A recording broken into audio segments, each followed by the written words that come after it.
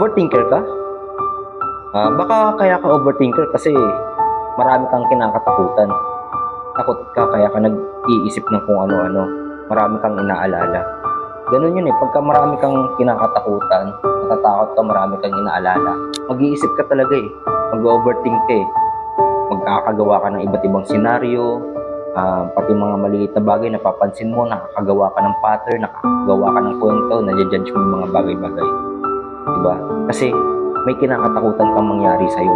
Siguro, naranasan mo dati, sobrang sakit, diba? O kaya may sitwasyon kang napuntahan na sobrang ayaw mo ulit mangyari sa'yo. Kaya, ino-overthink mo yung mga pangyayari sa paligid mo na baka ganito, punta ako ulit sa ganito sitwasyon. Diba? Kaya ka nag-overthink. May inaalala ka. May kinakatakutan ka. Pero, alam mo ba, ang pag-overthink ay pwede mong gawing weapon. Pwede mo siyang i-weaponize. Kung tutusin nga, ang overthinking is a defense mechanism ng isang tao. Dahil, syempre, ayaw mong masaktan eh.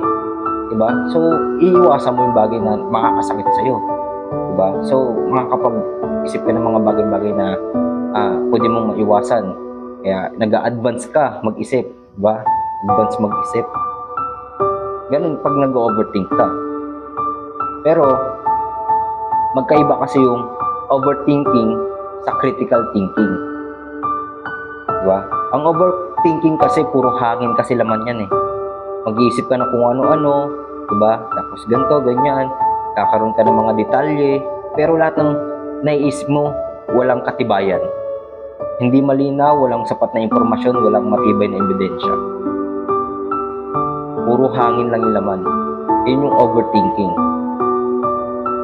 Kaya, gagawin mo dapat critical thinking. Yun naman, ang critical thinking naman, yun yung nakumpirma mo na-clear mo, nagtanong ka na tungkol sa idea mo na baka naman pati pagtatanong i-overthink mo pa yung baka pag ganito tinanong ko baka ganito ganyan sweet, mahirap na yun, sobrang overthinking na yun. Pero paano mo ma-weaponize ang pagiging overthinking, diba? Na ililipat mo siya sa pagiging critical thinking. Ang maganda kasi dyan, dapat ma-practice mo yung isip mo magpalipat-lipat ng logic gate nang hindi mo napapansin. Diba? Palipat-lipat, i-turn mo yung table. Pag nag-overthink ka, kagawa ka ng mga senaryo po, kaso puro hangin eh. Pero nakakakuha ka ng mga idea. Kunin mo lang yung idea. Huwag mong damdamin, pilitin mong damdamin. Huwag ka masyadong mag-alala. Kumuha ka lang ng idea, then ilagay mo sa pagiging critical thinking. Gumawa ka ng action about it. Diba?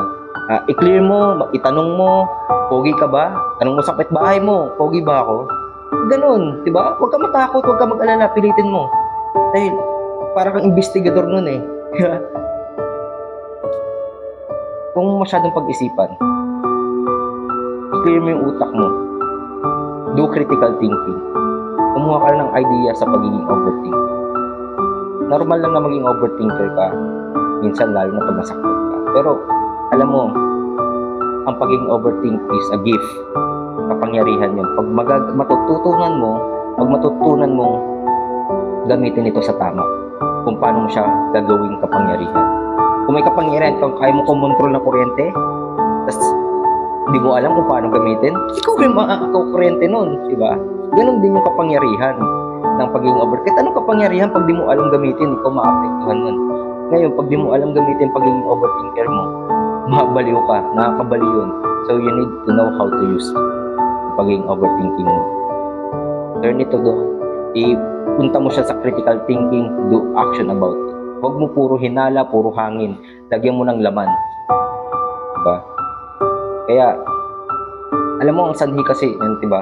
Kaya importante ang takot. Kaya importante ang takot sa sarili. Diba? Dahil, pag wala kang takot, posibleng mawalan ka din ng overthinking. Overthinking, pwede mo protektahan yung sarili mo.